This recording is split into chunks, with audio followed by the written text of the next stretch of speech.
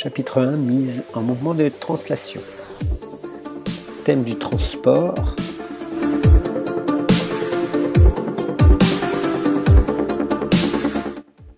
Premièrement, principe fondamental de la dynamique.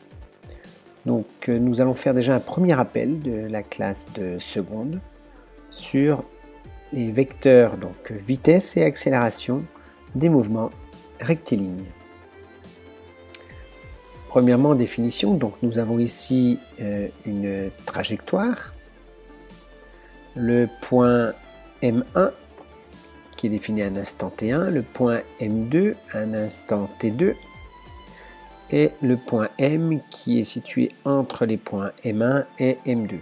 Et nous allons définir entre les points M1 et M2, c'est-à-dire au point M, nous allons définir la vitesse au point M. Donc, nous venons de tracer ici le vecteur vitesse qui va être défini par quatre caractéristiques. Son point d'application, donc c'est la vitesse au point M. Ensuite, la direction qui est la trajectoire au point M. Donc la trajectoire, la voici, elle est en pointillé ici. Ensuite, le sens qui correspond au sens du mouvement. Donc c'est le sens du vecteur qui est dans le sens du mouvement. Et enfin la norme qui correspond à la valeur de la vitesse au point M. Alors comment est-ce que l'on détermine cette vitesse?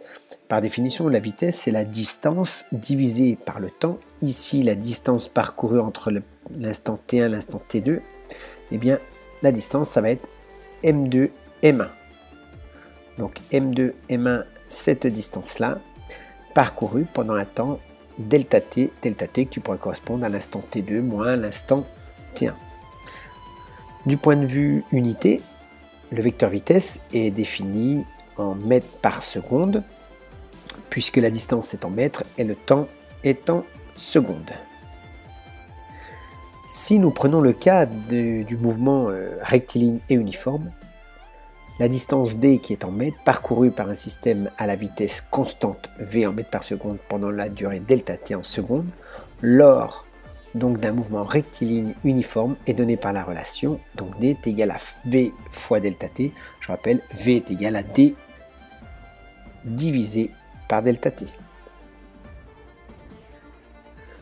Puis nous allons définir le vecteur accélération.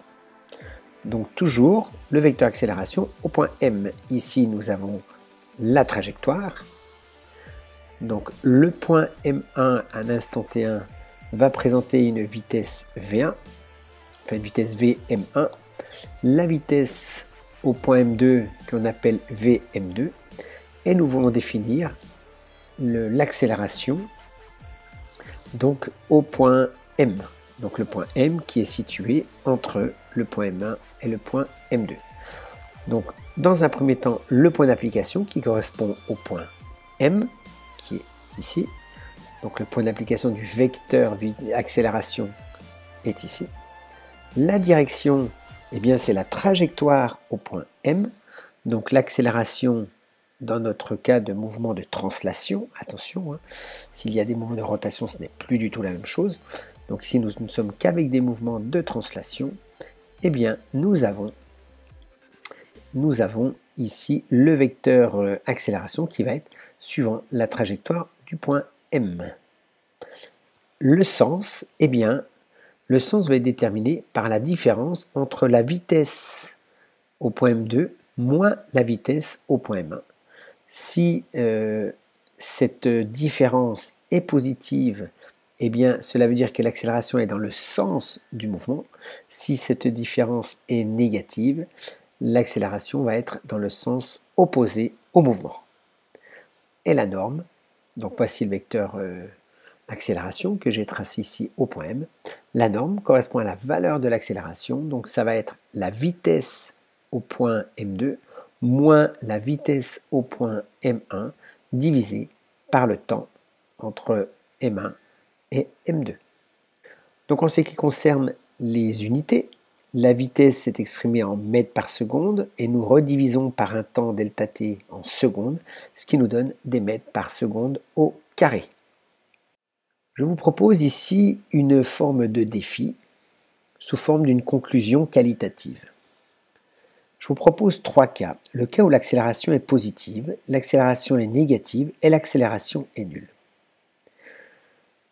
Je vous laisse discuter autour de comment varie la vitesse et quel nom va-t-on donner à la nature du mouvement. Je vous laisse une trentaine de secondes pour répondre à ces 3 cas particuliers. Je pense que vous avez pris les 30 secondes pour travailler au brouillon et voilà la correction que vous auriez dû me donner. Si l'accélération est positive ici, cela veut dire que la vitesse au point M2 est supérieure à la vitesse au point M1. La vitesse augmente donc au cours du temps. Nous dirons que le mouvement est accéléré. Si l'accélération est négative, la vitesse au point M2 est donc plus petite que la vitesse au point M1. Nous pourrons dire que la vitesse diminue au cours du temps. Le mouvement est donc ralenti. Si maintenant l'accélération est nulle, ce qui veut dire que la vitesse au point M2 est égale à la vitesse au point M1, la vitesse est donc constante ou nulle au cours du temps, le mouvement est uniforme ou au repos. Uniforme si la vitesse est constante, le mouvement est au repos si la vitesse est nulle. 1.2, principe fondamental de la dynamique, encore PFD, qu'on appelle la deuxième loi de Newton.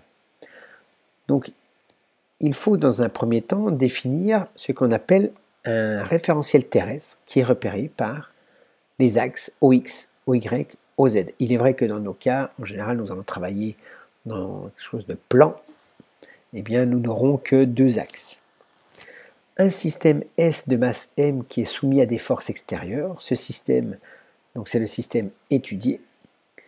Et enfin, AG qui est l'accélération du centre de gravité G de ce système. Le principe fondamental de la dynamique va nous dire que la somme des forces, je dis bien la somme, ce signe-là veut dire somme, la somme des forces extérieures au système est égale à la masse fois l'accélération du centre de gravité. La somme des forces est égale à MA. F et A sont collinéaires. Lorsque je dis F, c'est la somme des forces, la résultante de la somme des forces. Remarque, sur des mouvements particuliers, par exemple le mouvement rectiligne, le vecteur accélération est porté par la trajectoire. Si le mouvement est rectiligne uniforme, dans ce cas-là, il n'y a pas de variation de vitesse. Le vecteur AG est égal au vecteur nul. La somme des forces est égale à 0. C'est le cas d'un mouvement rectiligne uniforme, c'est-à-dire pas de variation de vitesse et en ligne droite. Je vous propose ici de réaliser les exercices 20, page 127, ainsi que les 2 exercices du dossier. Ce sont 2 exercices que nous réaliserons ensemble en classe. Donc défi en classe, cas de la chute libre. Je vous demanderai donc de représenter le référentiel terrestre. Tracer les forces extérieures qui s'exercent sur le système S de masse M de la figure 3. Donc nous verrons cette partie-là ensemble sous forme d'exercice. Et également l'étude d'une passerelle.